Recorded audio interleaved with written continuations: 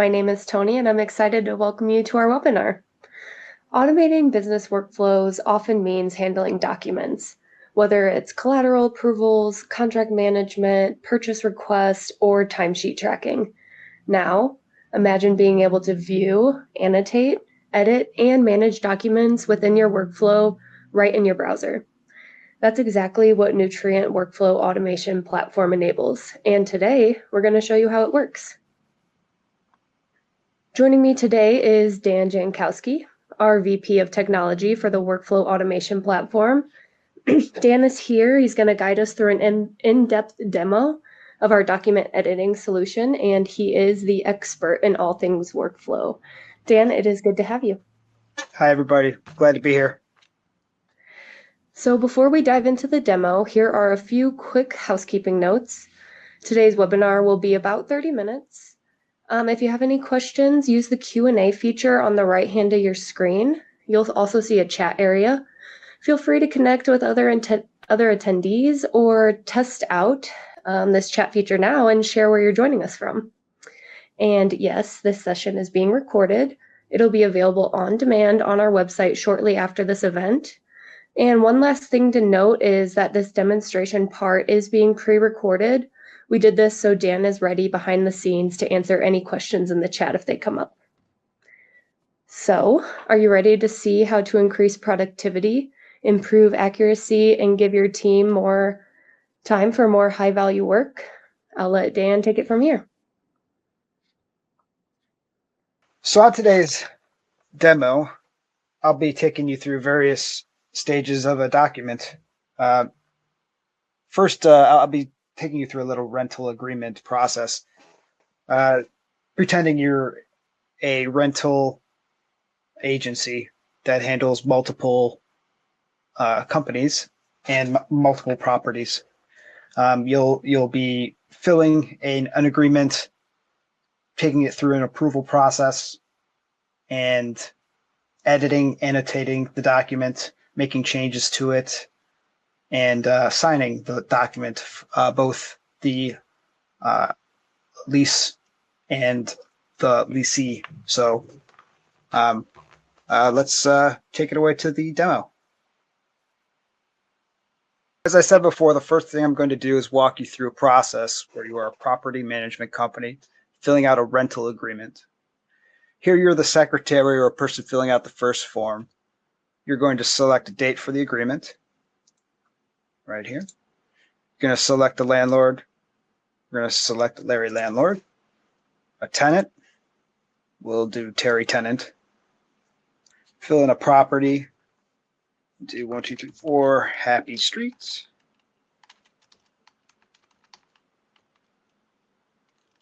We're going to do Pretty City. That's in Ohio, of course. The month and year that the rental agreement is going to start. Let's do next month. And Ohio's pretty low cost of living, so we'll do $800, $1,600 here. And we're going to submit this.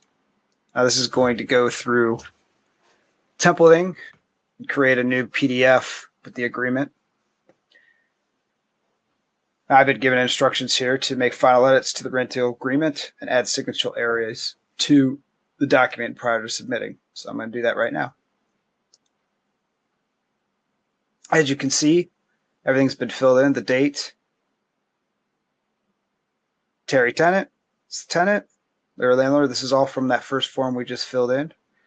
This is just showing that the office templating task type is doing what it's supposed to do, filling in all the information you can see here that was supposed to. But I'm going to do what it was telling me to do, and that's add the signatures.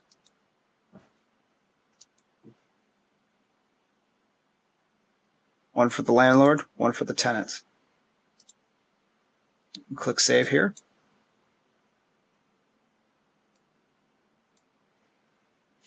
And I'm going to submit this.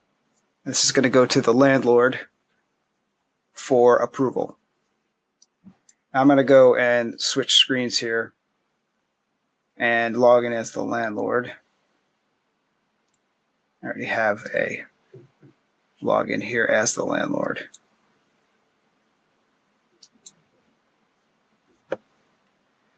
So I'm going to take a look here. Now, as the landlord, I've already had a side conversation with the tenants. And in the contract template, it always says the first day here. That's when the rent is due. But I made an agreement on the side here that's we're going to do the 15th of the month for rent due. Notice there's versions here for this document, right? The first one was the original generated document, right? The second one was after the signatures were added. But I want to send this back. So because of the communication I had with the tenant, what I'm going to do is just make a note so that the original submitter can make changes to the document. So I'm just going to come here, click this, highlight it, add a comment. I'm going to say, please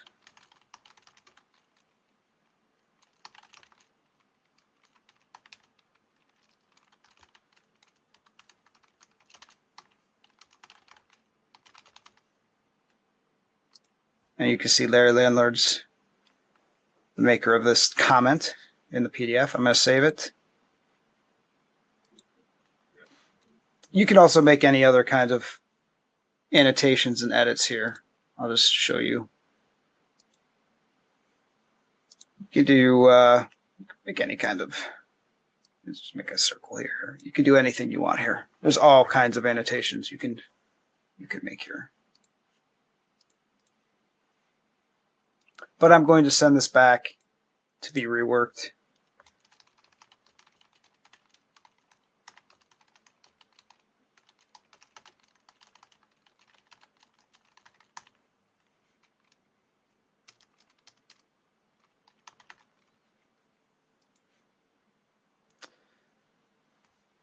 Now that's getting sent back to the original recipient. You go to my tasks here.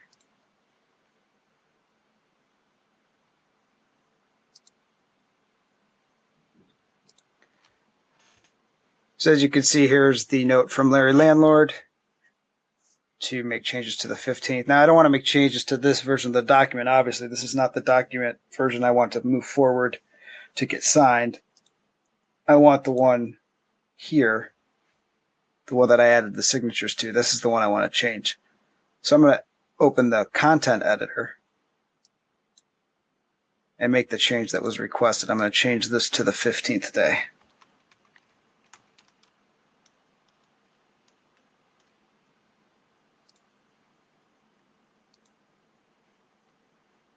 Now this is a field part of the actual boilerplate part of the template. This is not one of the fields that was filling into the template. That's why it shows this as part of the things that need to be changed here. Otherwise, I would have just reflowed the template. So now I'm happy with that. I'm going to submit it again to the landlord for approval and signature. So this is getting sent back to the landlord. So it should show up here.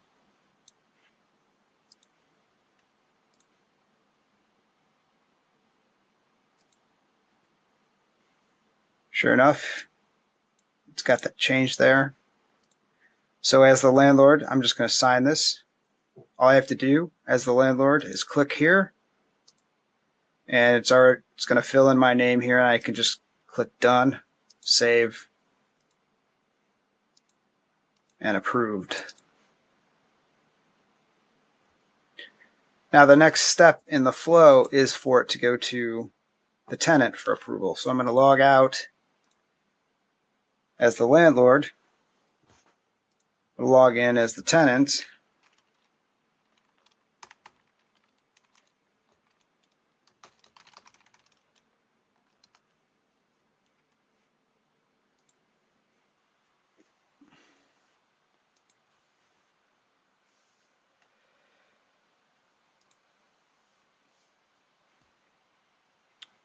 all I have to do as the tenant here is click, fills in my name automatically.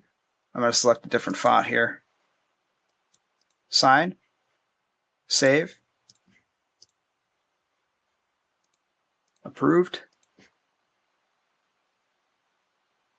And then as the final step in the flow, it's going to send both the landlord and the tenant an email of that signed document. Now I can show you a little bit about how this was configured.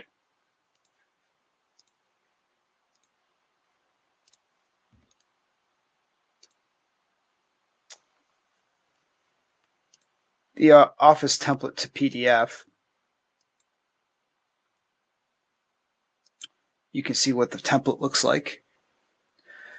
It just uses simple mustache style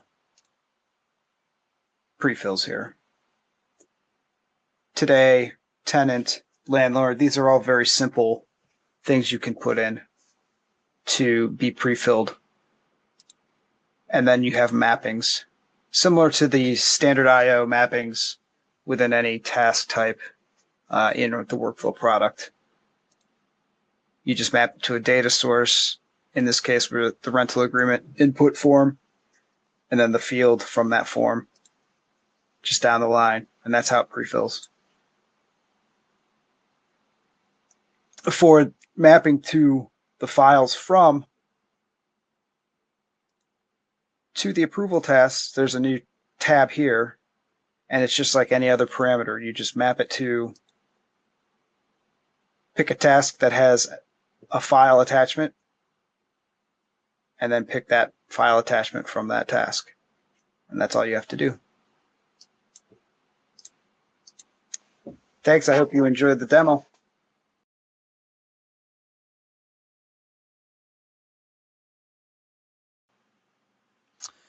All right, let's take a look at some questions. Somebody asked if they could get a demo. Of course, we share some links. You can book a demo with someone from our team.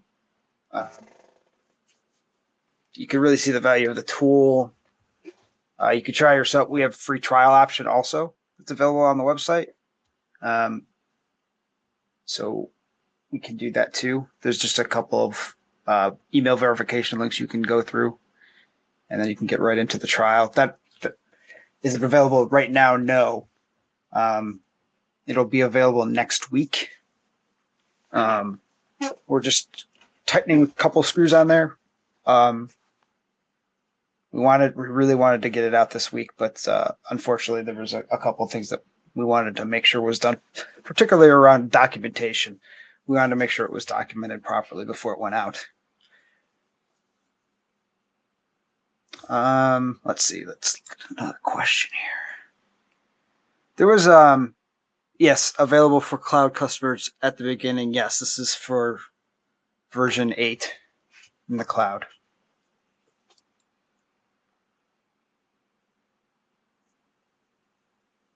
So if the initial form feeds the template, can those fields be edited by both the submitter and the approver? So the idea is that on both the approval tasks and in the attachment fields on the form, you'll be able to configure what is available, what annotation types, what editing types, signatures. All of that's going to be configurable at the form level and at the attachment, each attachment. So if you have multiple attachments included on an approval task, each one you can say, I want to be able to only sign on this, or I want to be only annotations on this particular one in that approval task. Or if it's at the form level on a form, this attachment, you can't do any editing. Just because you have the feature, you don't necessarily have to have any kind of editing. You can only have the view, possibly, if you don't want to have them have any editing capabilities. Or you just want them to be able to, have edit content only, no annotations. So really, you can make those decisions as the process designer. There was a question about people simultaneously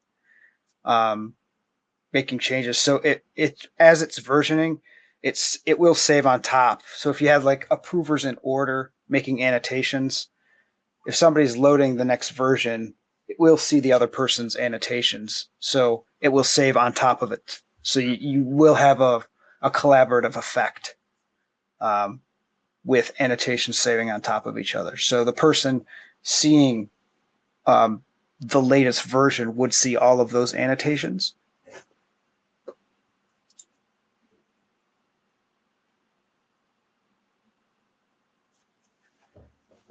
I think that's all the questions we have. If I missed any, don't worry. We can get in touch after the webinar.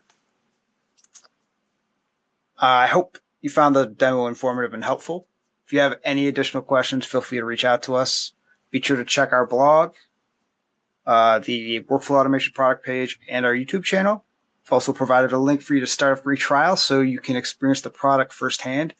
But as mentioned, the editor tools will go live on the trial next week. Thank you for joining us and enjoy the rest of your day. Thanks, everyone.